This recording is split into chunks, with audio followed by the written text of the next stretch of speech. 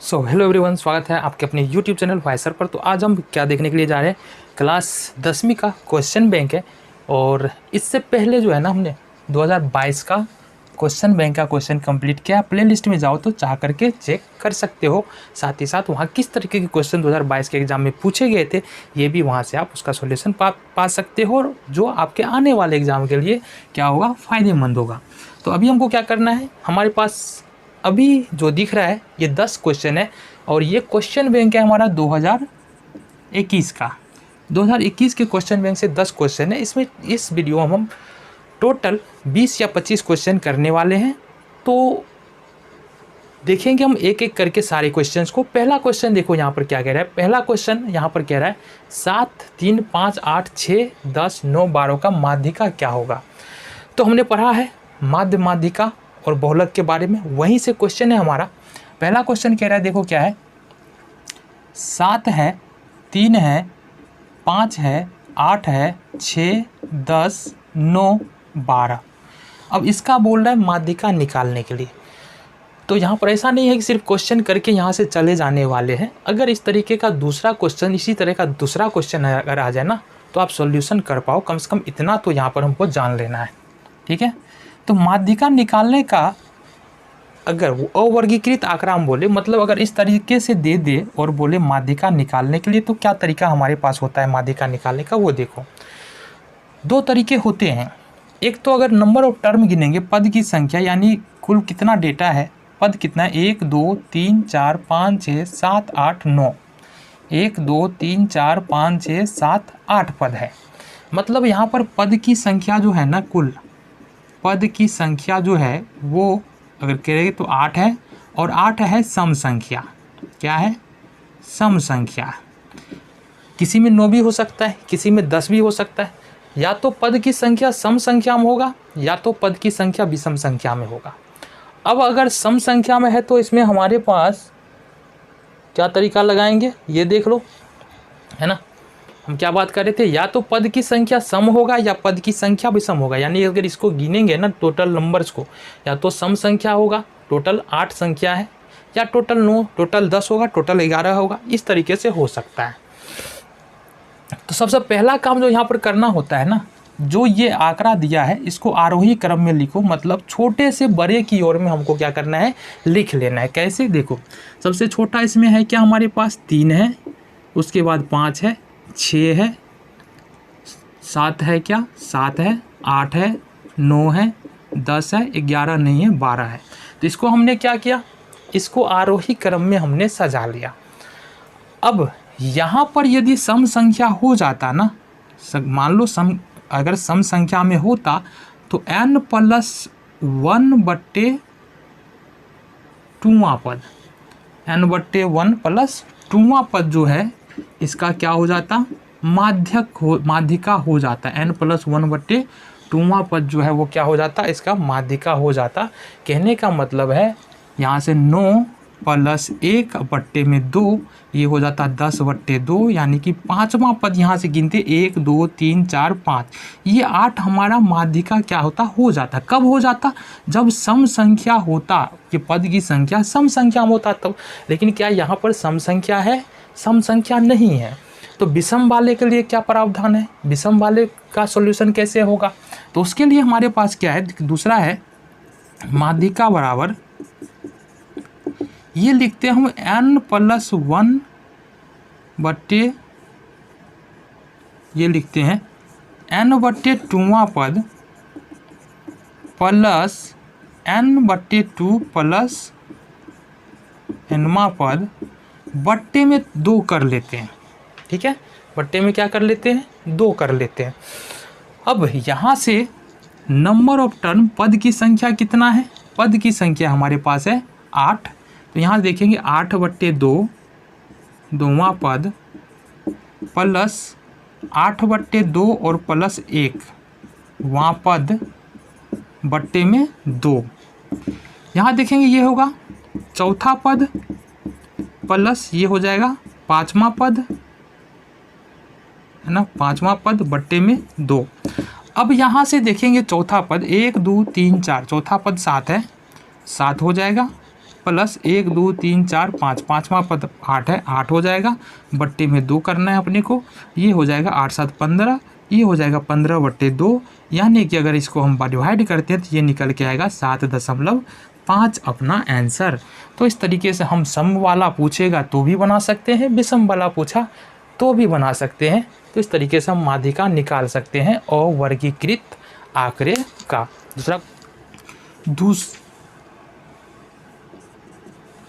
दूसरा क्वेश्चन है हमारे पास 9 3 4, ये देखो आंकड़ा देख लो हमारे पास 9 3 4 7 2 9 6 7 9 9, ये भी एक अवर्गीकृत आंकड़ा है और इस आंकड़े में से अपने को क्या बताना है, बहुलक बताना है। ठीक है, अब इसमें बहुलक वही मान होगा जिसकी बारंबारता सबसे अधिक होगा, यानी कि जो सबसे ज़्यादा बार आया होगा वही इस आंकड़े का बहुलक होगा। तो यहाँ पर गिन लेते हैं, यहाँ से 9 एक बार आ रहा है, 9 2 बार आ रहा है, 9 3 बार आ रहा है, 9 4 बार आ रहा है, 3 देखो एक बार है, 4 एक बार है, 7 2 बार है, 2 कितना बार है, एक बार है, और इस तरह से 7 भी एक बार है। मतलब 9 की बारंबारता है 4, तो बहुलक यहाँ से कितना निकल के आ जाएगा, हमारा बहुलक इस आंकड़े का बहुलक निकल के आ जाएगा 9। समझ में आ गया? नहीं समझ में आया तो एक उदाहरण और बात कर लेते। 3 4 5 7 3 2 3 5 7 3, इस आंकड़े में अगर पूछ दे बहुलक क्या होगा तो क्या बताएंगे? तो इस आंकड़े में अगर पूछे बहुलक तो 3 यहाँ एक बार है, 2 बार है, 3 बार है, 4 बार है, 3 4 बार है, सबसे ज़्यादा बार 3 रिपीट हुआ है, सबसे अधिक बारंबारता 3 की है, इसलिए अगर इसका बहुलक पूछे तो क्या लिखेंगे, बहुलक लिखेंगे 3। ठीक है, समझ में आ गया? चलो जी, 3rd नंबर का क्वेश्चन है, निम्नलिखित में कौन सी अभाज्य संख्या है? तीसरे नंबर का प्रश्न देखना जरा, पूछ रहा है 4 ऑप्शन है हमारे पास, ए में है 27, बी में है 35, सी में है 13 और डी में है 56। कह रहा है कि निम्नलिखित में से कौन अभाज्य संख्या है? अभाज्य संख्या का मतलब क्या होता है? अभाज्य संख्या का मतलब होता है वैसी संख्या जो एक और सिर्फ अपने आप से उसमें भाग लगता है और किसी दूसरे संख्या से उसमें भाग नहीं लगता है, उसको हम लोग बोलते हैं अभाज्य संख्या। ठीक है, 27 में देखेंगे किस किस से भाग लग रहा है। 27 से देखो यहाँ पर 3 से भाग लग रहा है, 9 से भाग लग रहा है, 1 से भाग लग रहा है, 27 से। तो 1 27 को समझ सकते हैं अभाज्य संख्या हो जाता है, लेकिन 3 और 9 से भी तो भाग लग रहा है, अभाज्य संख्या नहीं होगा। 35 का देखेंगे, 1 से लगेगा ही, 35 से लगेगा, ये तो अभाज्य संख्या में भी लगता है, लेकिन यहाँ पर 5 से भी लग रहा है, 7 से भी लग रहा है, तो ये भी अभाज्य संख्या नहीं होगा। 13 का देख लेंगे, इसे 13 में जो लग रहा है ना वो लग रहा है 1 से और 13 से, तो इसमें 2 1 और 13 से सिर्फ भाग लग रहा है। 56 में देखेंगे 1 से 2 से 8 से 7 से 14 से, इन सब से भाग इसमें लग रहा है 56 में।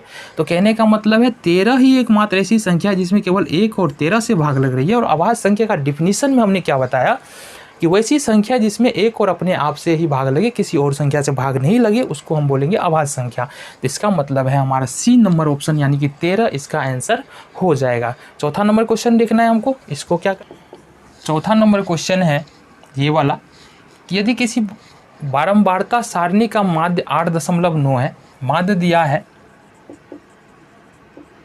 8.9, साथ ही माध्यिका दिया है 9, माध्यिका बराबर दिया है 9, तो इसका हमको बहुलक निकालना पड़ेगा। तो देखो एक संबंध होता है माध्य माध्यिका और बहुलक में, जो हमको पता होना चाहिए, उन्हें माध्यिका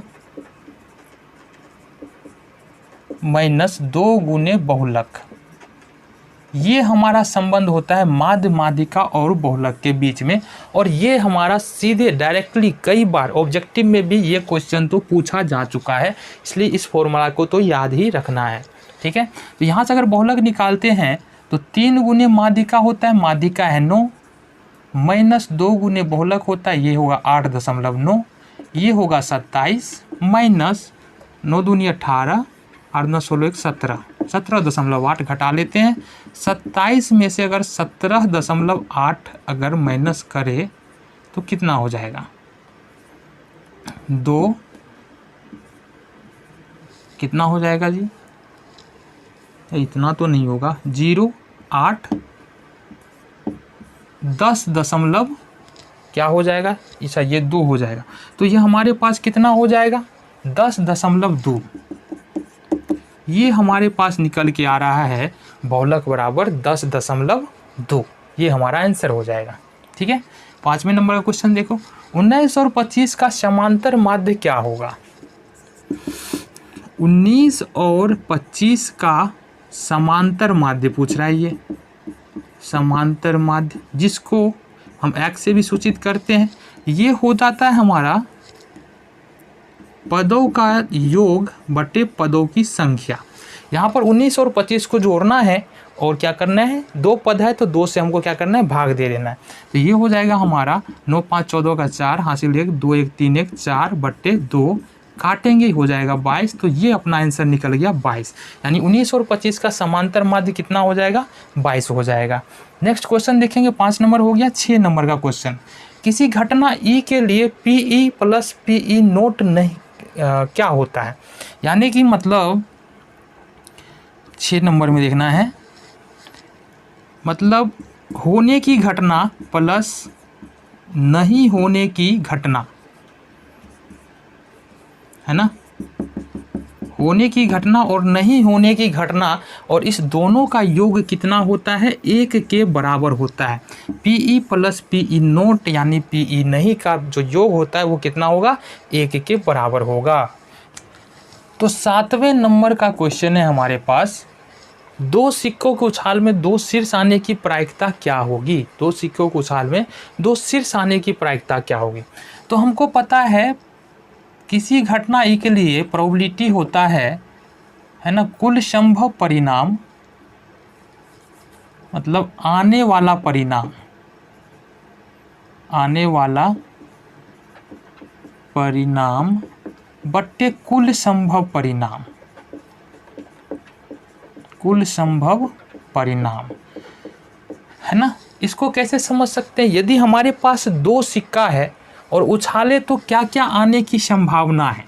देखो आने आ सकता है, या तो टेल आएगा या हेड आएगा, या हेड आएगा या टेल आएगा, हेड हेड आ सकता है, टेल हेड आ सकता है। मतलब कुल संभव परिणाम कितना है, 2 सिक्कों के उछाल में 4, है ना। तो यहाँ से देख लेंगे, और बोल रहा है शीर्ष आने की, 2 शीर्ष आने की प्रायिकता। शीर्ष मतलब होता है हेड, तो 2 शीर्ष कितना बार आ रहा है, 1 बार आ रहा है। इसका मतलब है पीई बराबर हो जाएगा हमारा आने वाला परिणाम कितना हो गया 1, और कुल संभव परिणाम कितना है यहाँ से 4। तो यहाँ पर पीई बराबर यानी कि 2 शीर्ष आने की प्रायिकता यहाँ पर कितना हो जाएगा, 1/4। ये हो गया हमारा 8वें नंबर का क्वेश्चन पा जाए। यदि किसी ऊर्ध्वाधर स्तंभ की ऊंचाई जमीन पर स्तंभ की छाया की लंबाई की √3 गुनी तो सूर्य का उन्नयन कोण ज्ञात करिए। वो त्रिकोणमिति का क्वेश्चन है। कितने नंबर का है ये, 8 नंबर का ना। हाँ, तो एक स्तंभ है, इस प्रकार से एक स्तंभ है हमारे पास, ठीक है, खुट्टा है, ठीक है। अब ये स्तंभ की क्या है, इस स्तंभ की छाया ये है। क्या रहा है क्वेश्चन में, अगर ये x है ना तो ये √3x है, ये बता रहा है हमको, ये x है तो ये √3x है। तो ये बन जाएगा हमारा एक समकोण त्रिभुज।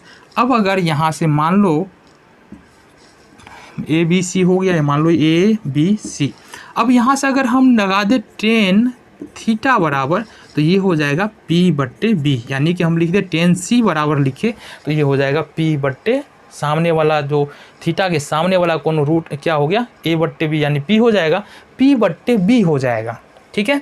और आधार तो हमारा ये है ही।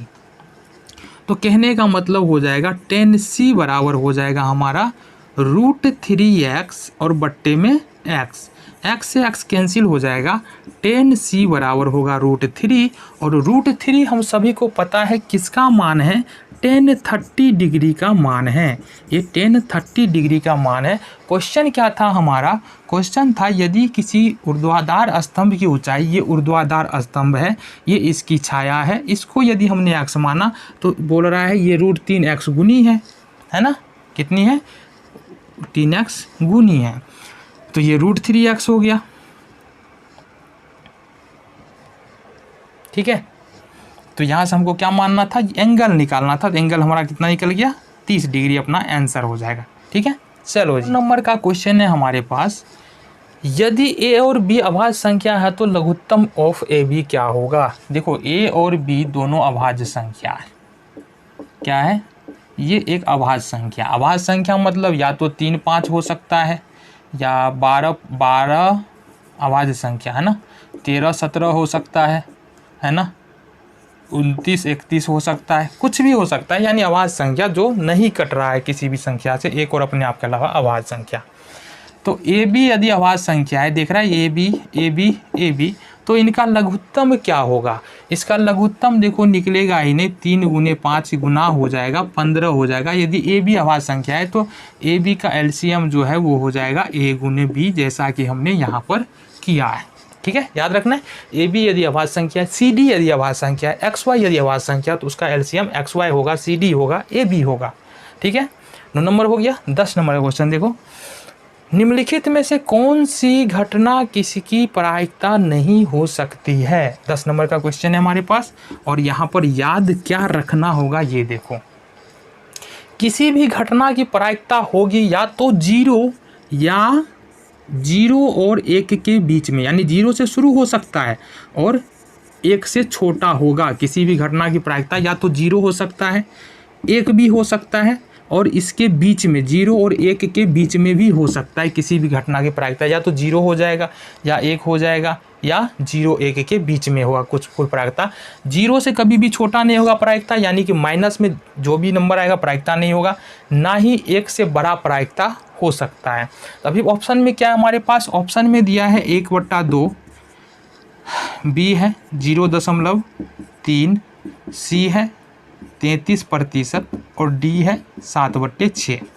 अब ऑप्शन पे विचार कर ले। चलो जी, ऑप्शन क्या कह रहा है हमारा, पहला ऑप्शन है हमारे पास 1/2, ये 1 से देखो 1 से बड़ा है, 1 से बोले 0 से बड़ा है, 1 से छोटा है, ये प्रायिकता हो जाएगा। 0.3 3/10, ये 0 से बड़ा है, 1 से छोटा है, प्रायिकता हो जाएगा। 33% मतलब 33/100, ये क्या होगा 33/100, ये 0 से बड़ा है, 1 से छोटा है, ये भी प्रायिकता हो जाएगा। 7/6, अब इसको अगर हम दशमलव में ले जाए ना तो ये 1 दशमलव समथिंग आएगा, मतलब ये 1 से बड़ा है। हमने क्या कहा, प्रायिकता 0 भी हो सकता है, 1 भी हो सकता है, और 0 1 के बीच में होगा, 0 से 1 से बड़ा नहीं होगा। अब ये 1 से बड़ा आ रहा है, मतलब ये प्रायिकता नहीं होगा। डी नंबर अपना ऑप्शन सही आंसर है।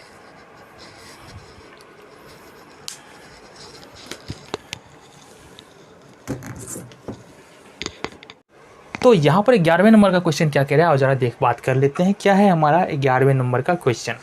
एक संख्या दिया हुआ है हमारे पास 11वें नंबर के क्वेश्चन में, और संख्या हमारे पास कुछ इस प्रकार का है, 2.13 113 1113 111113, और इसी तरीके से ये रिपीट होता हुआ चला जाएगा।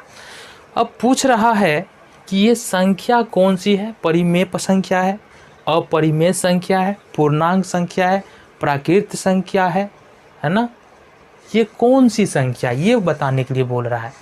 देखो यहाँ से इस प्रकार की संख्या कभी भी नज़र आ जाए, है ना, तो ये अपरिमेय संख्या ही होगा।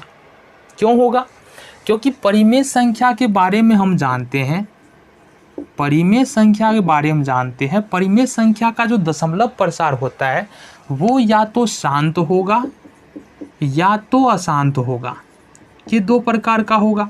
और परिमेय संख्या में पीछे का तो सारा संख्या आ जाता है, पूर्ण संख्या भी आ जाता है, प्राकृत संख्या भी आ जाता है ना, पूर्णांक संख्या भी आ जाता है।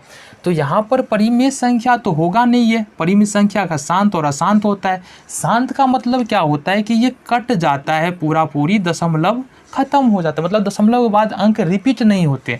अशांत का मतलब है कि अंक जो है ना वो रिपीट होते रहते हैं, ये रिपीट होगा। तो इसमें ना तो अंक रिपीट हो रहा है और ना ही ये दशमलव खत्म हो रहा है, मतलब भाग लगना खत्म हो रहा है। इसका मतलब नॉन टर्मिनेटिंग नॉन रिपीटिंग, यानी कि ना ही शांत है ना ही अशांत है। इसका मतलब ये क्या है, अपरिमेय संख्या है। इस प्रकार से क्वेश्चन जब भी पूछे तो ये अपरिमेय संख्या ही होगा।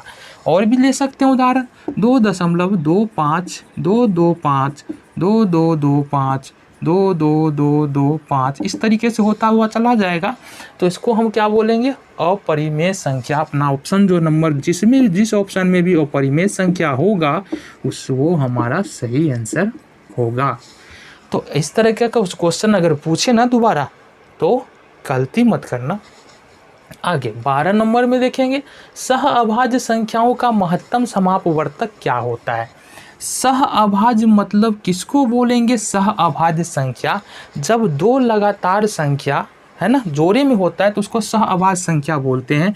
जैसे 3 5 सह अभाज्य संख्या है, 5 7 सह अभाज्य संख्या है, 11 13 सह अभाज्य संख्या है, 17 19 सह अभाज्य संख्या है ना।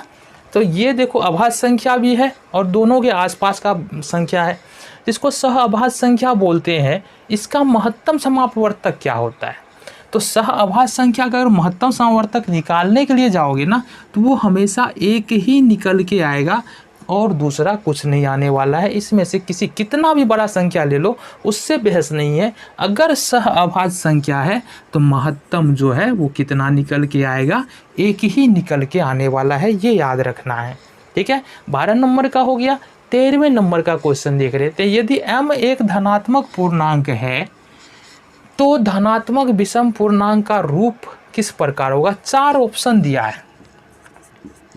m एक धनात्मक पूर्णांक है, ठीक है, तो 4 ऑप्शन दिया है। ए नंबर ऑप्शन में दे रखा है हमको 4m + 2, 4m + 2। B number option में दे रखा है 4m + 4। सी नंबर ऑप्शन में दे रखा है 4m + 1 और डी नंबर में नन ऑफ दीज दिया है। यदि धनात्मक मतलब क्या, प्लस वाला ना, है ना, प्लस वाला। मान लो m कोई धनात्मक पूर्णांक है, ये बोल रहा है। मान लो हम एक संख्या ले रहे हैं यहाँ से 5, ये है हमारा कोई धनात्मक पूर्णांक, ठीक है। अब यहाँ से अगर 4m + 2 का रूप का लिखे, मतलब 4 + 2, 4 को अगर m के जगह पर हमने 5 लिया, कोई धनात्मक पूर्णांक उठा लिए, 5 के 20 और 2 22 आ रहा है। तो ये क्या आ रहा है, विषम पूर्णांक हमको खोजना है, ये सम आ रहा है, तो ये वाला तो होगा नहीं। दूसरा देखो यहाँ से आ रहा है 4 × 5 + 4, m के जगह पर हमने 5 लिया, ये हो जाएगा 20 + 4 और ये भी सम आ रहा है, मतलब ये वाला ऑप्शन भी अपना आंसर नहीं होगा। सी नंबर ऑप्शन देखेंगे, 4 × m के जगह पर 5 लिया हमने, 1 किया, 20 + 1, अब ये आ रहा है हमारे पास 21, ये वाला आंसर अपना हो जाएगा, क्योंकि विषम मांग रहा था, विषम हमने ना लिया। तो ये 13 नंबर का कौन सा ऑप्शन, सी नंबर ऑप्शन जो है हमारा आंसर हो जाता है। अगले क्वेश्चन की ओर चलो जी। 14वें नंबर का क्वेश्चन है और 14वें नंबर का क्वेश्चन क्या कह रहा है जरा ये देख लो। 14वें नंबर का क्वेश्चन है हमारे पास, रैखिक बहुपद का शून्यकों की संख्या होती है। सबसे पहले तो ये समझ लो बहुरैखिक बहुपद किसको बोलते हैं, वैसा बहुपद जिसका घात 1 होता है रैखिक बहुपद कहलाता है। कहने का मतलब है 2x + 5 रैखिक बहुपद का उदाहरण है, x रैखिक बहुपद का उदाहरण है, 5x रैखिक बहुपद का उदाहरण है। अब यहाँ पर शून्यकों की संख्या इसका कितना होता है, तो ये याद रखना ऑब्जेक्टिव बनाने के लिए, घात यदि 1 होगा, घात 1 होगा, एक घातीय बहुपद हो जाएगा और शून्य किसका कितना होगा, 1, है ना। यहाँ से हमको याद रखना है घात की संख्या और यहाँ से शून्य याद रखना है, ठीक है। घात 1 शून्यक 1, घात 2 शून्यक 2, घात 3 शून्यक 3, घात 4 शून्यक 4। कम से कम की बात कर रहे हैं। यदि घात 1 है तो कम से कम 1 शून्यक होगा, घात 2 है तो कम से कम 2 शून्यक होगा, घात 3 है तो कम से कम 3 शून्यक होगा, घात 4 है तो कम से कम 4 शून्यक होगा। एक घात वाले बहुपद को, ये जो उदाहरण है इसको हम लोग रैखिक बहुपद कहते हैं। 2 घात वाला, अब उदाहरण भी देख लेते हैं। इसमें 2 घात वाला में उदाहरण 2x², जैसा कि हम लोग बहुत पढ़े हैं इसके बारे में। 3 घात वाला x³ + 6x² + 5x, कुछ भी ले लो। 4 घात वाला x4 + 2x - 3, कुछ भी ले लो। तो इस वाले बहुपद का शून्यक कितना होगा, 2, इस वाले बहुपद का शून्यक 3, इस वाले बहुपद का शून्यक 4 हो जाएगा। चलो जी 15 नंबर का क्वेश्चन हमारे पास है। 15 नंबर का क्वेश्चन देख लेते हैं। एक बहुपद दिया है, बोल रहा है का एक शून्यक इसमें से कौन होगा। तो बहुपद है हमारे पास 2x² माइनस 3x माइनस 5। अब 5 को 2 से गुना करेंगे तो कितना होगा, माइनस में 10। अब इसको हम फैक्टर कर लेते हैं, 2x² माइनस का 5x प्लस का 2x माइनस का 5 हो जाएगा। अब यहाँ से देखो, यहाँ से क्या कॉमन लेना है, x कॉमन लेना है, ये हो जाएगा 2x माइनस का 5 प्लस 1 कॉमन लेंगे 2x माइनस का 5 हो जाएगा। अब यहाँ से देख लो, यहाँ से 2x माइनस 5 क्या करना है, कॉमन ले लेना है और ये बच जाएगा हमारे पास x प्लस 1 बराबर में 0। अब अगर हम लिखते हैं यहाँ से 2x माइनस 5 बराबर में 0, तो यहाँ से x बराबर निकल के आता है 5/2, x प्लस 1 बराबर 0 लिखते हैं तो ये x बराबर निकल के आता है -1। तो यहाँ से हमारे पास ऑप्शन क्या है, 1 है, -1 है, 0 है। तो ऑप्शन क्या, एक शून्य यहाँ पर क्या हो जाएगा, -1, और दूसरा शून्य भी है यहाँ पर 5/2। तो जो भी ऑप्शन में होगा उसको हमको क्या करना है, मार देना है। चलो जी आगे का क्वेश्चन देखना है। 16 नंबर का क्वेश्चन क्या कह रहा है, 16 नंबर का क्वेश्चन कह रहा है P ऑफ x बराबर Q ऑफ x, लिख लेते हैं इसको, P ऑफ x बराबर Q of x into G of x, ठीक है। साथ ही साथ दिया है P ऑफ x का घात जो है ना वो 6 है और Q ऑफ x का घात जो है वो है 2। कितना दिया है, 2। तो हमको बोल रहा है P ऑफ x बट्टे G ऑफ x का घात कितना होगा, का घात कितना होगा। देखो इसमें तो सीधा सीधी याद रखो, समझ में आ जाएगा।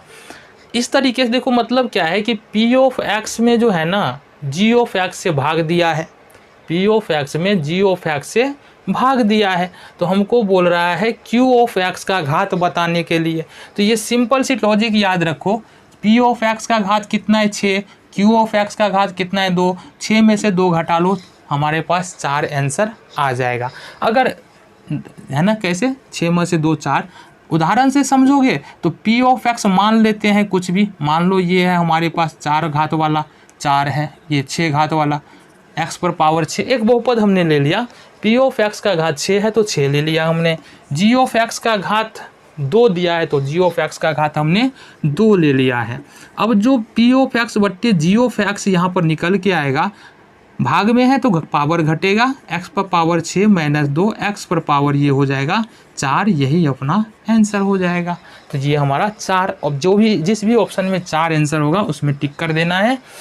आगे देख लेते हैं 17 नंबर क्वेश्चन। 17 नंबर क्वेश्चन कह रहा है एक बहुपद दिया है 6x² माइनस 11x प्लस 3 के शून्यकों का योग होगा। अब ये एक बहुपद दिया है, इसके शून्यकों का योग पूछ रहा है, शून्यकों का योग होगा, मतलब देखो ये x² का गुणांक क्या होता है, a होता है, x का गुणांक होता है b जो -11 है, और ये होता है कांस्टेंट टर्म। इतना बात समझ में आ गया।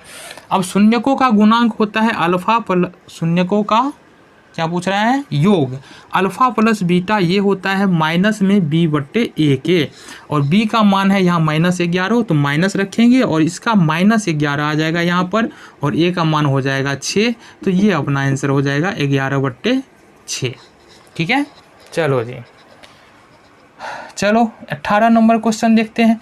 दो चर एक्स वाई में रैखिक समीकरण ax plus by plus c बराबर 0 के वास्तविक संख्याओं के समुच्चय में कितने हल होंगे, ये हमको बताना है। कोई भी समीकरण दिया हुआ है, अभी तो हमारे पास फिलहाल ये समीकरण है ax plus by plus c। अब एक ही समीकरण का चर्चा कर रहा है, बोल रहा है इस समीकरण में x और y का कितना हल हो सकता है। तो जितना हम x का हल रखते जाएंगे उतना ही y का हल यहाँ से मिलता हुआ चला जाएगा।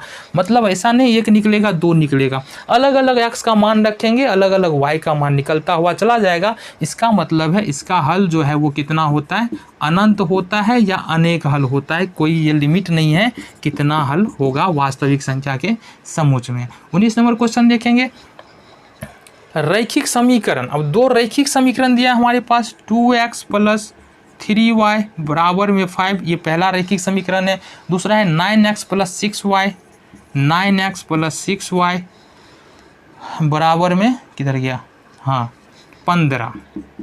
ये दो रैखिक समीकरण हमारे पास है। अब बोल रहा है कि यहाँ से कि कितने हल होंगे। अब कितने हल होंगे तो हमको क्या करना है, ये ए होता है, ये A1 A2 B1 B2 और ये C1/C2 होता है। देख लेते हैं जरा, ये आ रहा है 2 क्या है समीकरण हमारे पास 2x और 4y, ये 4y है।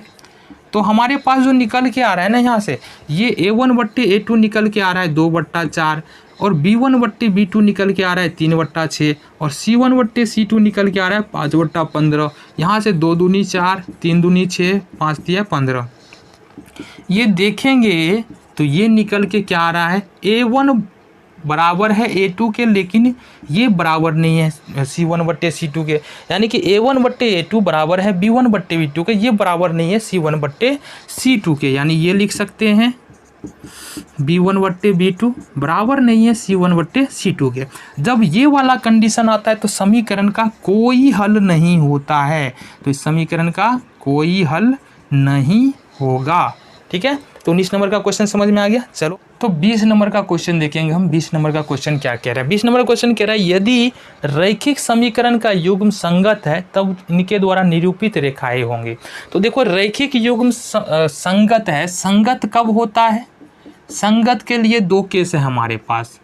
एक तो होता है A1/A2 बराबर नहीं है B1/B2 के, दूसरा केस होता है हमारे पास A1/A2 बराबर B1/B2 बराबर C1/C2। इस दो केस में समीकरण युग्म जो है वो संगत होता है। और यहाँ पर देखेंगे ये इसका जो अगर ग्राफ खींचेंगे ये होता है प्रति, ठीक है, पहले केस में यानी A1/A2 बराबर B1/B2 नहीं है, है ना, तो इसके लिए क्या होता है, प्रतिच्छेदी ग्राफ प्राप्त होता है। क्या होता है, प्रतिच्छेदी। दूसरा केस के लिए देखेंगे A1/A2 बराबर B1/B2 बराबर C1/C2, इसके लिए होता है संपाती ग्राफ। यानी कि संगत अगर कोई समीकरण दिया हुआ है कि समीकरण युग्म संगत है, इसका मतलब उसका ग्राफ जो है संपाती और संगत दोनों हो सकता है। अब समीकरण में ये क्लियर नहीं किया है कि कौन सा कंडीशन है, तो हम दोनों लेकर चलेंगे, प्रतिच्छेदी और संपाती दोनों हो सकता है। ठीक है, नेक्स्ट क्वेश्चन देखेंगे। 21 नंबर क्वेश्चन क्या कह रहा है, 21 नंबर क्वेश्चन कह रहा है यदि वृत्त के व्यास के सिरों का नियामक 2 3 और -6 7 है। तो यहाँ पर देखो ये एक वृत्त है हमारे पास, ठीक है, और ये इसका एक व्यास है, ये यहाँ से केंद्र हो जाएगा। मान लो यहाँ पर एक बिंदु A है, यहाँ से A है और यहाँ पर B है। इसका नियामक दिया है, नियामक मतलब इस पॉइंट का निर्देशांक 2 3 दिया है और इसका निर्देशांक दूसरे वाले का कहते हैं -6 7 इसका निर्देशांक दिया है। बता रहा है कि केंद्र निकाल के बताओ। तो हमको पता है कि क्या है, यहाँ से यहाँ दूरी r होती है, यहाँ से यहाँ दूरी r होती है। तो मतलब क्या है, ये मिड पॉइंट है। ये क्या है, मिड पॉइंट मतलब मध्य बिंदु है। और मध्य बिंदु बराबर वाला फॉर्मूला कोऑर्डिनेट ज्योमेट्री में कौन सा था, मध्य बिंदु बराबर फॉर्मूला था x1 + x2/2 into y1 + y2/2। ये बड़ा फॉर्मूला हमारा मध्य बिंदु वाला था। अब यहाँ से देखो x1 का मान क्या हो जाएगा 2, y1 का मान 3, x2 का मान यहाँ -6 और y2 का मान यहाँ से 7 हो जाएगा। लगा लो ज़रा, x1 यहाँ पर कितना है 2, x2 है -6 बट्टे में 2, y1 कितना है 3 प्लस y2 कितना है 7 बट्टे में 2। यहाँ से निकल जाएगा, 6 में से 2 घटाएंगे -4/2 और 7 3 10/2। यहाँ से निकालेंगे 2 दूनी 4, 2 पंचे 10, ठीक है। यहाँ से हो जाएगा हमारा -2 और 5। यहाँ से हमारे पास आंसर आ जा रहा है, यानी कि ये जो मध्य बिंदु का निर्देशांक होगा वो होगा -2 और 5। ठीक है, तो ये था हमारा कंप्लीट वीडियो। इस वीडियो में हमने क्या क्या 21 क्वेश्चन के आसपास किया है, और अगले वीडियो हम देखेंगे जितना भी क्वेश्चन यहाँ से हो गया 2021 के क्वेश्चन बैंक में, उसके बाद जो भी क्वेश्चन बचे हुए हैं ना 21 22 23 जो भी बचे हुए अगले वीडियो में करने की कोशिश करेंगे। मिलते हैं अगले वीडियो में।